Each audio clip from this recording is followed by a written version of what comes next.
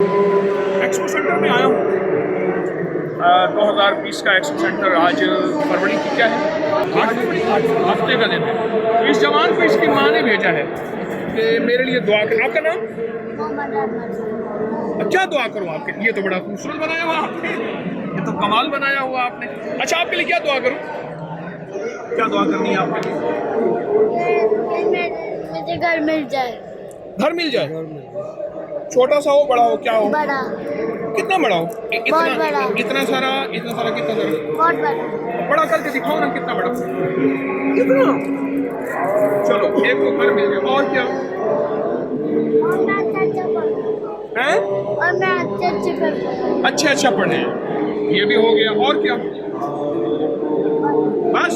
और मेरे मम्मा पापा के लिए क्या दुआ करनी है? उनको लंबी जिंदगी दे। और आपकी एज क्या है, उम्र क्या है?